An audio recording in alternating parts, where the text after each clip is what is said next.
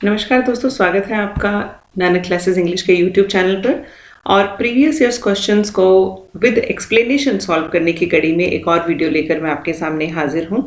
RPSC college lecture exam 2016 से ये question लिए गए हैं और आज के वीडियो में हम क्वेश्चंस डिस्कस करेंगे 111 से लेकर 120 तक, यानी 111 से 120 तक।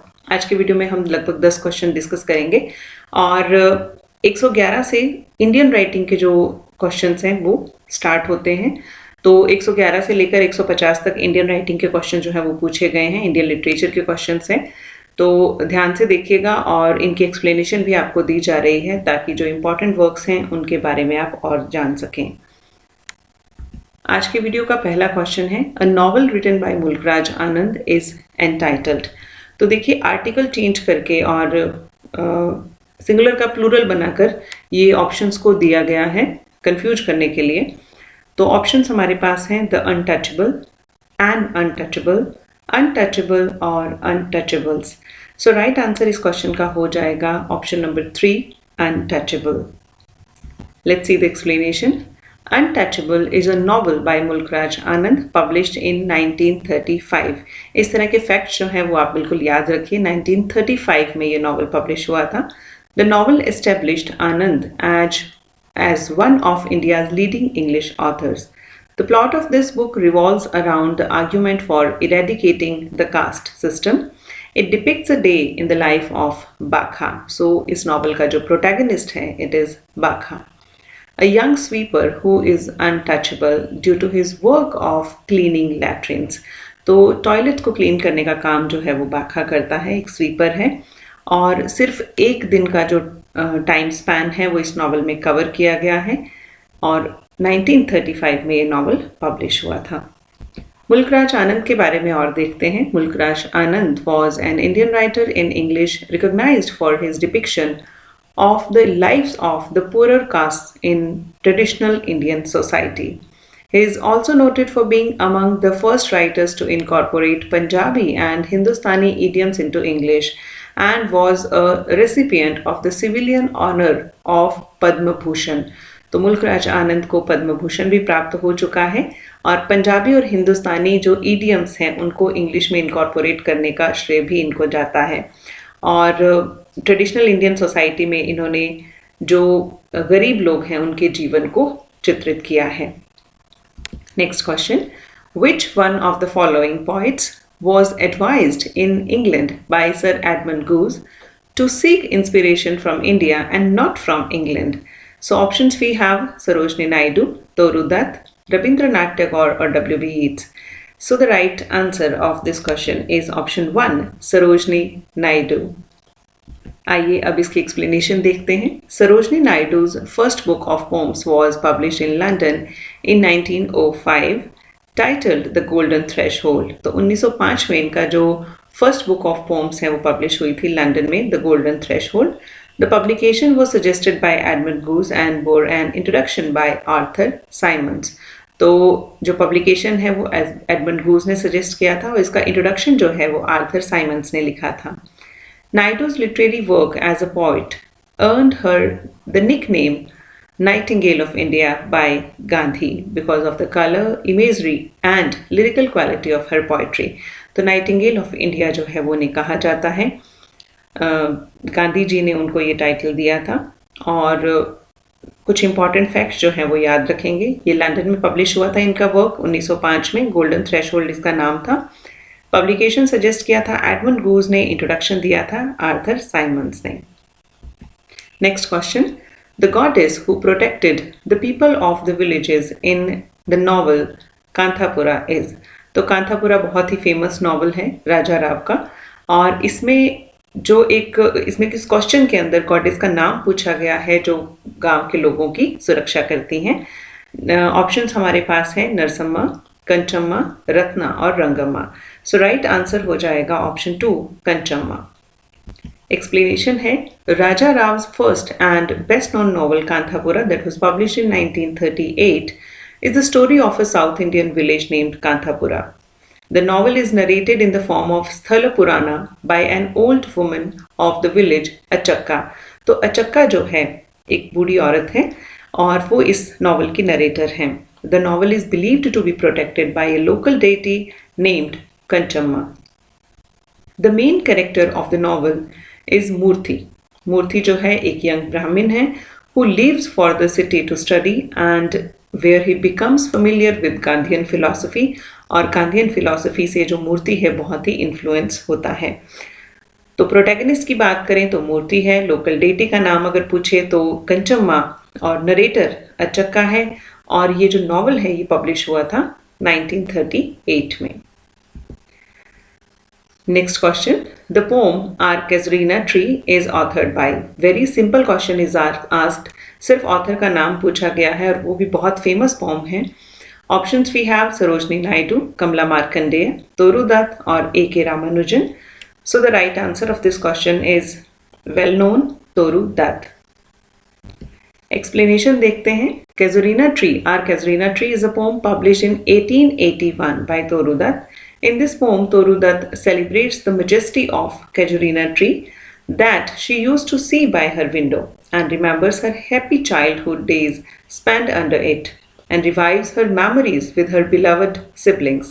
She immortalizes the tree for the sake of her loved ones by writing a poem for it.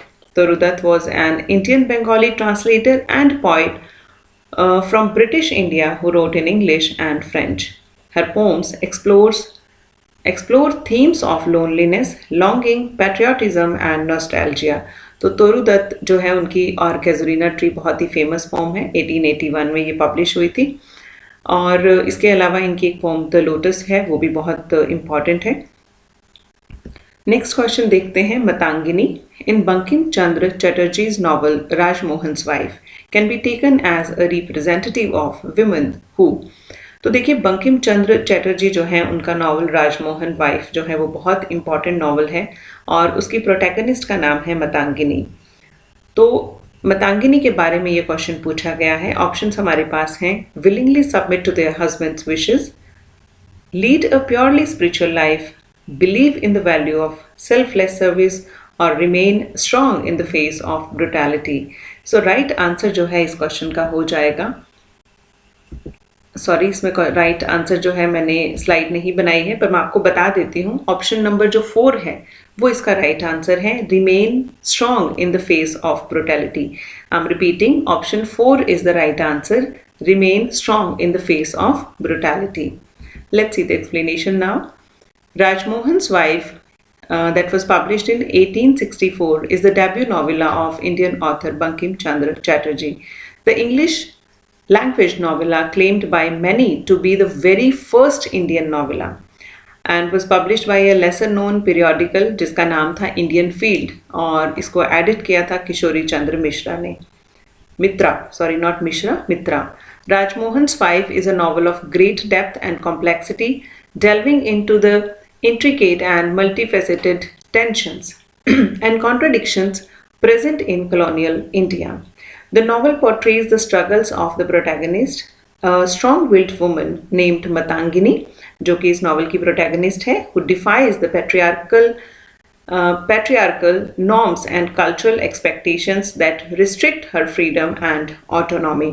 तो ये सारी स्टोरी जो है वो मतंगिनी की है, ये राजमोहन की वाइफ होती हैं और 1864 में ये जो नॉवेला है ये पब्लिश हुआ था। नेक्स्ट क्वेश्चन है Harindranath Chattopadhyay plays the window deals with. तो हरिंद्रनाथ चट्टोपाध्याय जो है उन्होंने बहुत सारे प्ले लिखे हैं। अभी तक तो मुझे याद आ रहे हैं वो Siddhartha, man of peace, Abu Hasan, इस तरह के कुछ प्ले इन्होंने लिखे हैं। इनका एक और प्ले है द विंडो, उसके बारे में ये क्वेश्चन पूछा गया है। Options we have the need for better communication with people, the needs of the intellectuals, the exploitation of the textile workers in Bombay, or the welfare program for the slum dwellers in Bombay. Right answer जो है इस question का हो जाएगा option 3, the exploitation of the textile workers in Bombay. Explanation है Harindranath Chattopadhyay has made significant contribution to the growth of the Indian English drama. 5 plays that were published in 1937, a collection of his social playlets contains 5 जो plays थे वो 1937 में publish हुए थे। ये 5 थे the window, the parrot, the sentry's lantern or the coffin, and the evening lamp. The Window, the first in the collection of the author's 5 social plays, attempts a rather melodramatic picture of the cruelty inflicted by capitalistic industrialists on poor laborers and the consequent misery to which the latter was subjected. तो यही है poor labourers के बारे में ये जो novel है वो प्ले जो है वो लिखा गया है. 5 नॉवल एक साथ पब्लिश हुए थे 1937 में. ये सब पब्लिश हुए थे. नेक्स्ट क्वेश्चन है, Shri Aurobindo's play pursues the deliverer is based on. तो श्री अरबिंदो के इस प्ले के बारे में पूछा गया है कि ये किस पर बेस्ड है. Options we have Persian romance, Greek legend, Punjabi folk tale और French novel. So right answer इस क्वेश्चन का हो जाएगा number 2, option number 2, Greek legend. आइए इसकी एक्सप्लेनेशन देखते हैं. Perseus the deliverer is one of the longest play of Shri Aurobindo's, the only play published in Aurobindo's lifetime. तो श्री अरबिंदो के बाकी सभी जो वर्क हैं वो पोस्ट्यूमसली पब्लिश हुए थे, सिर्फ इनका एक ही वर्क है जो इनकी लाइफ टाइम में पब्लिश हुआ था. This is a symbolic play. In Greek mythology, there are 3 sons of God who rule over the worlds. Zeus, the lord of sky, and Poseidon, the lord of sea, and Hades, the lord of death. This talk takes up the play and deals with its evolutionary aspect and subtle symbols. The worship of Athena in the place of Poseidon symbolizes the dawn of a new era, a worship of beauty, strength, and courage, and peace, and love, in the place of brute force and crude thoughts. तो ये सब इस play के बारे में. Next जो question है बहुत ही सिंपल क्वेश्चन पूछा गया है. To India my native land is a poem by. तो सीधा ऑथर का नाम पूछा गया है, जैसे जो आर कैजुरीना ट्री है उनका पूछा गया था नाम. ऑप्शंस हैं हमारे पास माइकल मधुसूदन दत्त, हरिंद्रनाथ चट्टोपाध्याय, श्री अरबिंदो और हेनरी लुइस विवियन डेरोजियो. तो ऑप्शन नंबर 4 जो है that is the right answer. इनको हेनरी डेरोजियो के नाम से भी जाना जाता है. To India my native land is a poem by Indian poet Henry Louis Vivian Derozio, the first published in 1828 as a part of his book The Fakir of Jangira, a metrical tale and other poems. The poem has been identified by historians as containing some of the first written examples of Indian nationalism, with the poem extolling patriotism and a love of freedom. तो 1828 में जो ये poem है वो publish हुई है और इनका पोइट्री कलेक्शन था Fakeer of Jungheera, a metrical tale and other poems. उसमें ये पोइम जो है वो पब्लिश हुई थी और ये माना जाता है कि इंडियन नेशनलिज्म की थीम के साथ ये पहली पोम थी. Next question, the first Indian novel written in English was. So options we have been given: Travels of Deen Muhammad, Gitanjali, Untouchable and The Autumn Leaves. Right answer RPSC ने माना है travels of दीन मोहम्मद. तो इस question के बारे में एक छोटा सा कंफ्यूजन जो मुझे भी था वो ये था कि मैंने इस वर्क के बारे में पढ़ा है, ये एपिस्टोलरी फॉर्म में लिखा गया है और ट्रैवल लॉग है, ऑटोबायोग्राफिकल एलिमेंट से भरपूर है, बट ये नॉवल है या नहीं है इसका मुझे श्योर नहीं है. मैंने कहीं नहीं पढ़ा कि ये नॉवल है. इसकी एक्सप्लेनेशन देखते हैं. दीन Mohammad was the first Indian to publish a book in English. So he was the first Indian to publish a book in English. Or this book was published on 15th January 1794 with the title The Travels of Deen Muhammad. The book is in epistolary form. Letters की form में लिखा गया है और 38 letters जो है इसमें included हैं, as was common for travel book and many novels in that era and consist of 38 letters.